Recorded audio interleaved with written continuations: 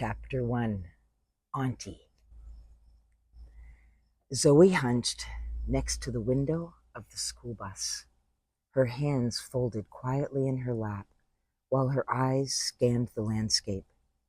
Her book bag crowded the seat next to her, sending the clear message to everyone that she would rather be left alone. The chatter of the children filled her ears, but she spoke to no one. She looked for the little blue house she shared with her mom and followed it with her eyes when it came into view. Her mom worked late on Wednesdays, so instead of going home, Zoe stayed on the bus and went up the road to her auntie's farm. Zoe stared out the window, trying her best to drive her sad thoughts away. A lot of things made her sad, but spending time with her aunt wasn't one of them.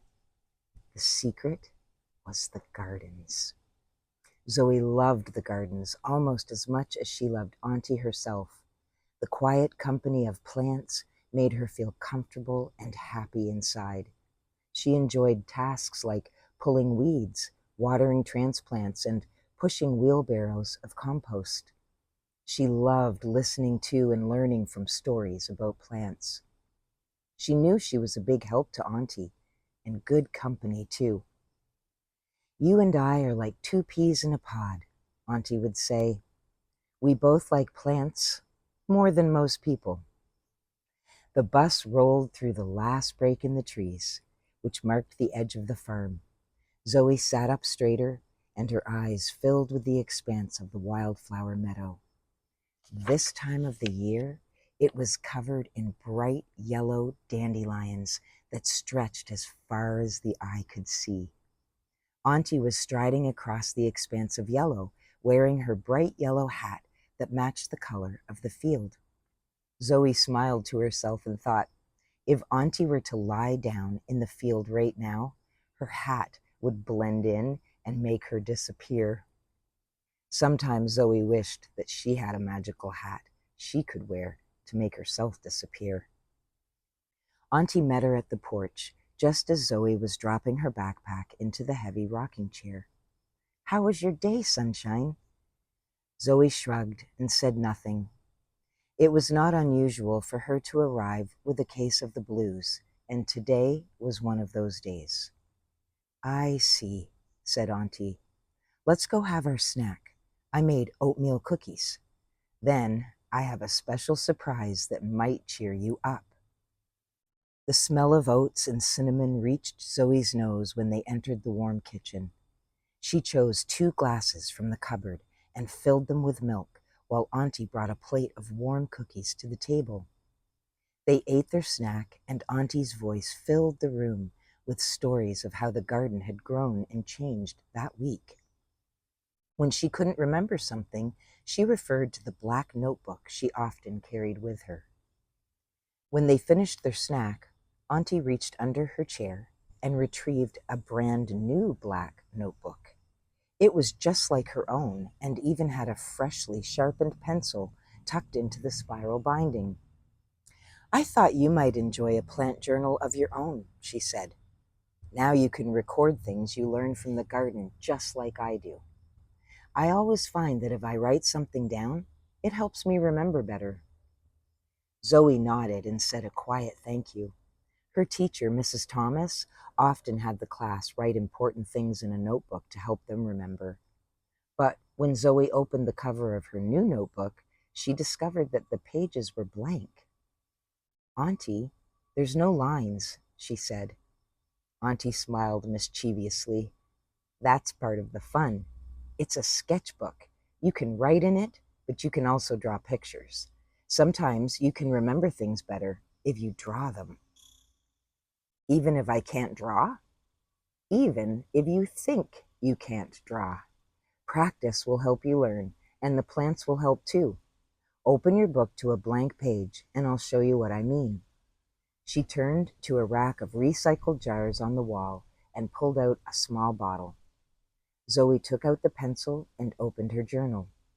Auntie poured a little pile of black seeds onto the left-hand page of her sketchbook. When Zoe touched it, the pile fell away. Tiny seeds rolled across the white paper. Each seed was no larger than a grain of sand. "Those are poppy seeds," said Auntie. "I'll bet you can draw those." She opened her own sketchbook and started making dots by bouncing the pencil point off the page over and over. Zoe smiled and did the same.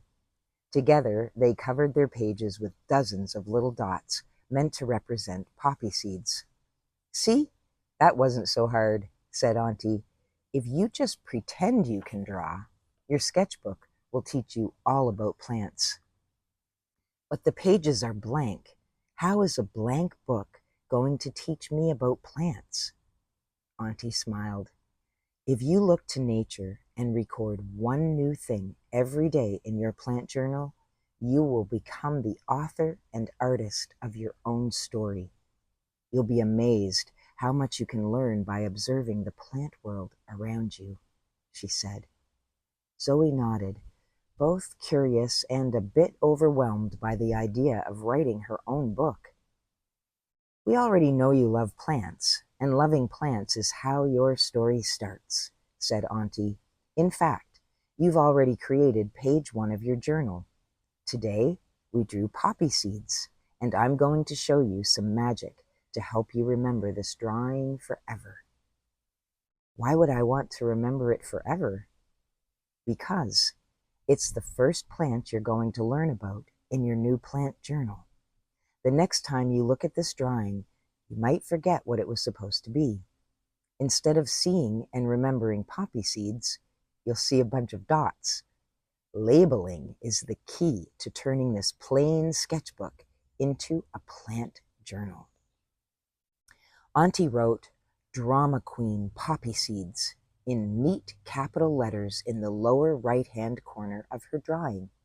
She wrote the date under the title and then added the location of the drawing, kitchen. She turned her journal around for Zoe to copy. "Labeling in all capital letters makes it easier to read," she said. "Even if a drawing is hard to understand when you look at it later, a neat and tidy label gives the drawing a certain kind of magic by turning it into a memory. When you read it later, you'll remember the day, the seeds, the kitchen, and even the taste of the cinnamon in the oatmeal cookies you just ate." She carefully swept the seeds back into the bottle and returned it to the rack on the wall. Zoe worked on her label. "Why is the poppy called Drama Queen?" Auntie turned and smiled at her. "Poppies come in lots of different sizes and colors, and each variety is given its own name by the plant breeder who developed it," she said. "Come on, Auntie, what kind of name is Drama Queen?" "Wait until you see them," said Auntie. "They are one of the most dramatically beautiful flowers in the garden." When she finished her label and looked down at her first scientific drawing, Zoe felt a little proud.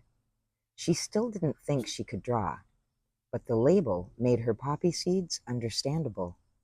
She closed her journal, slid the pencil into the spiral binding, and looked up at Auntie, who was waiting for her. "Want to see?" said Auntie. "See what?" "The poppies. They are blooming in the garden right now."